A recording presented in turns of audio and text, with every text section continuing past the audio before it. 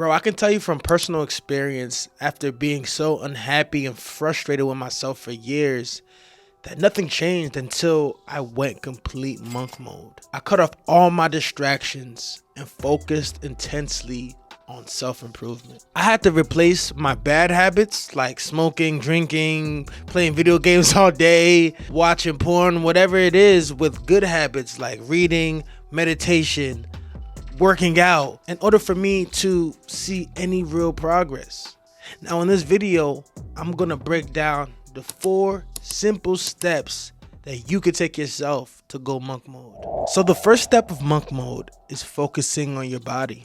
I used to be 250 pounds, and before going on monk mode, I had no real experience going to the gym or anything. I just knew that I needed to lose the weight because it was holding me back from living my dreams and completing my ultimate goals. I was the type of guy to DoorDash and Uber Eats every single day and binge eat food even when I wasn't hungry. And you could tell that wasn't contributing to anything that I wanted to do in my life. I was really just stress eating because I had no purpose. I had no goals. I literally figured this out on monk mode, and I figured that I couldn't even trust myself.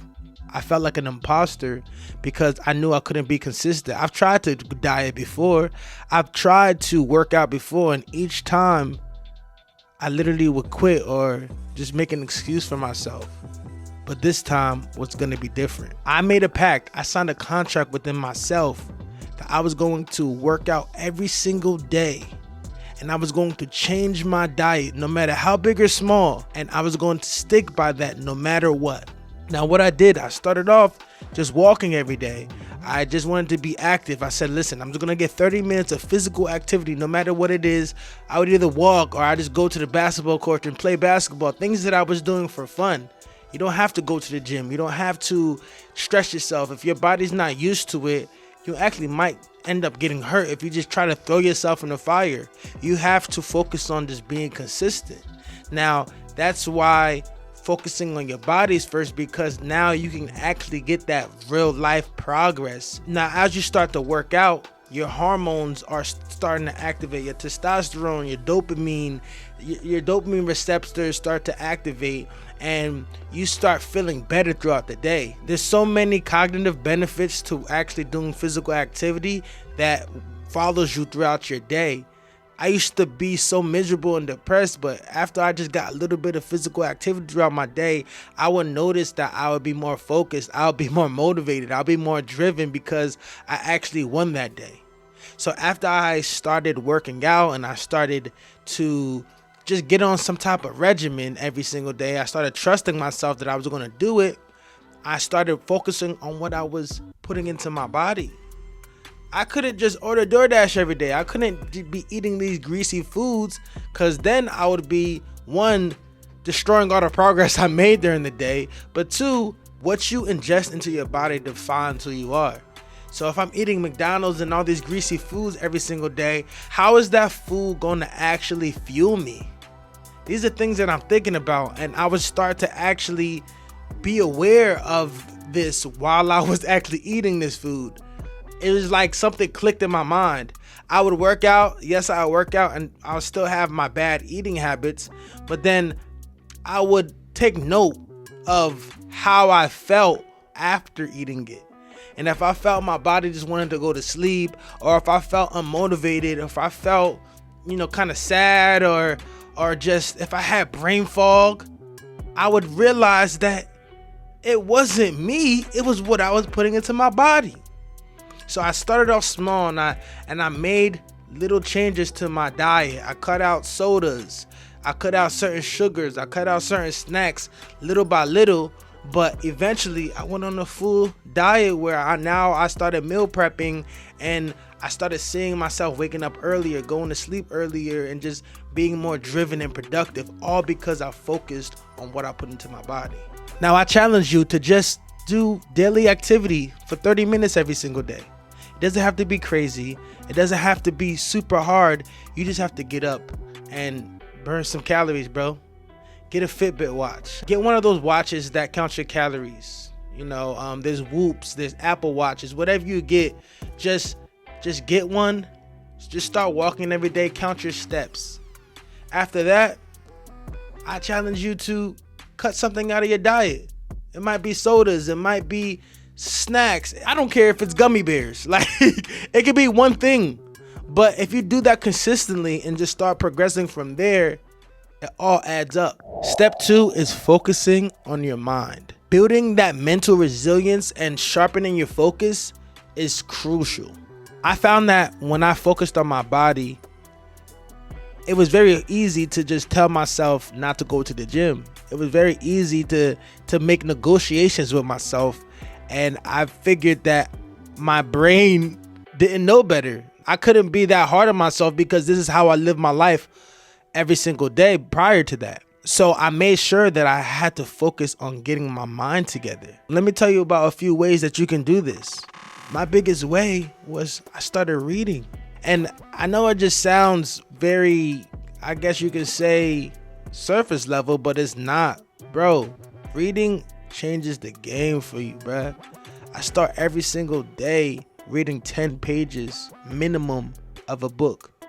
And that's what I started doing during monk mode. I was like, all right, well, let me get 10 pages of a nonfiction book, like a self-improvement book, a book that helps you, and a book that actually literally talks to you as you're going through these steps, something that resonates with you during that time. At the time I started reading Discipline is Destiny, Atomic Habits, just things that gave me perspective and kind of urged me to keep going.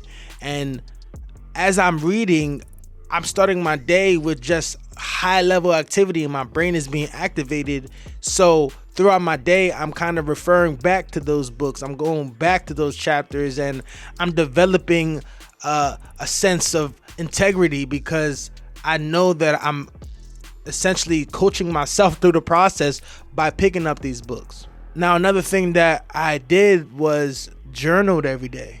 I picked up a journal. I went to the dollar store, Five Below, whatever, and I picked up a cheap journal and all I did was write the date on the top and I just wrote words on the page, anything that came to my mind, how I was feeling that day, things that usually are within my brain and within my head, and I just put them on paper. It can be anything.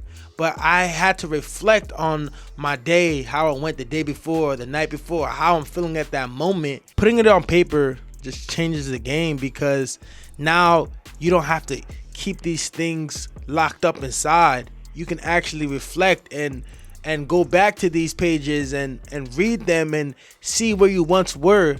And this is how you make the changes within your life because you are now literally your own therapist. The problem is with a lot of men, especially, this happens with women as well.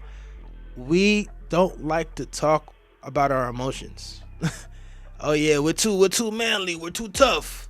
But in real life, we have emotions too. It's just society doesn't idolize men showing their emotions, so we just keep it all bottled up. And that's not good, bro. Like, no matter what it is, you don't have to go cry to your girlfriend. You don't have to go cry to your mom if you don't need to, but at least write it down and get it out your system. Get it out how you're feeling. And I promise you, it's a game changer. So all you have to do is read a minimum of 10 pages every single day of a nonfiction book and journal every single day.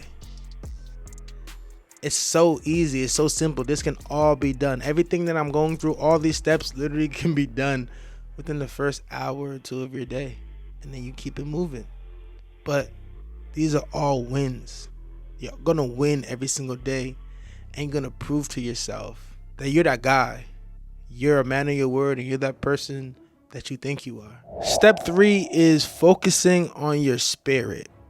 Now, this can go a lot of different ways. And I feel like this is actually the most important step because without having any type of spirituality, without nurturing your spirit, you're going to be living in a gray area for the rest of your life. A lot of people overlook the impact of having some type of spiritual guidance or having some type of spiritual affluence. A lot of people overlook the impact of what your spirit actually does. I know I did. I used to be anxious all the time. I used to always be overwhelmed. I used to just feel terrible, feel depressed, and just feel like the world was against me. But until I started nurturing my spirit and became one with who I am internally, and started actually looking towards a higher power and becoming spiritually in tuned, then I started realizing that it's bigger than me. I started praying, I started meditating every single day for 5 to 10 minutes and just sitting with myself, sitting with God. I believe in God, so I literally start actually nurturing that relationship, and I'm just sitting there, I'm just talking in my head, I'm just praying, I'm just giving myself some time to just reflect and just looking for a better future. And I'm not gonna tell y'all what to believe in, but a lot of people are doing an injustice to themselves but not believing in anything. I don't understand, and I think prayer and meditation go hand in hand, and they're different, because I feel like they have different goals, but they also can be very similar.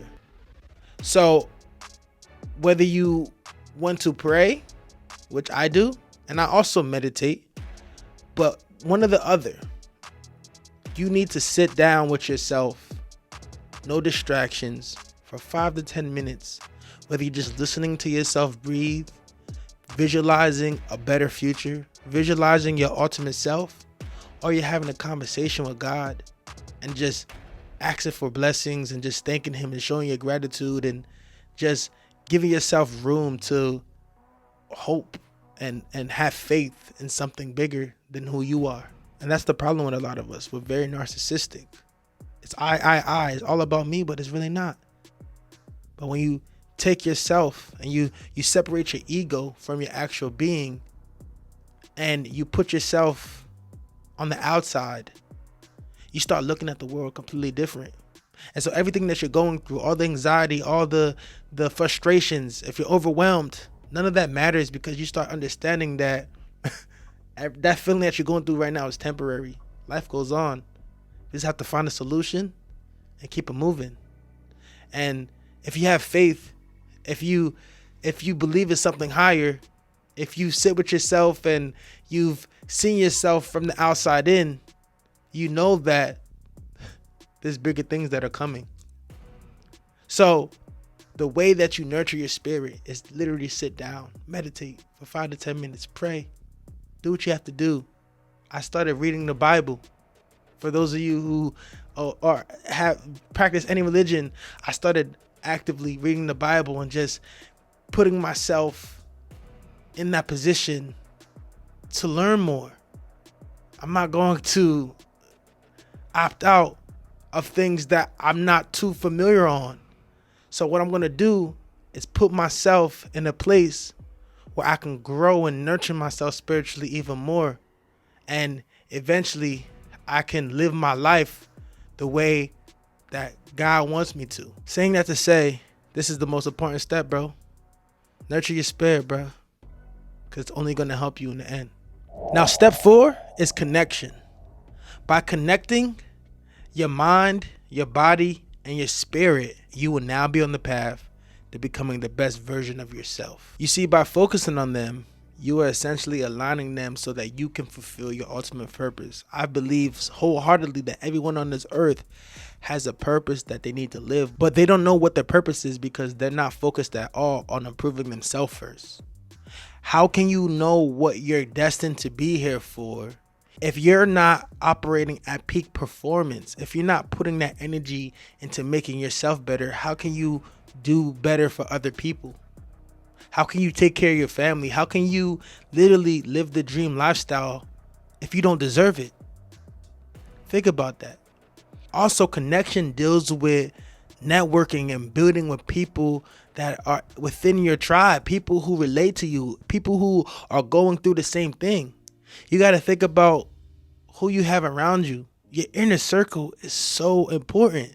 If you have people near you who are around during that old version of yourself, you might want to reconsider who you're spending that time with, because they may be the ones to bring you back down. It is crucial to surround yourself with a community of like-minded individuals all building towards similar goals. Because if you don't, you can become susceptible to reverting back to the old version of yourself.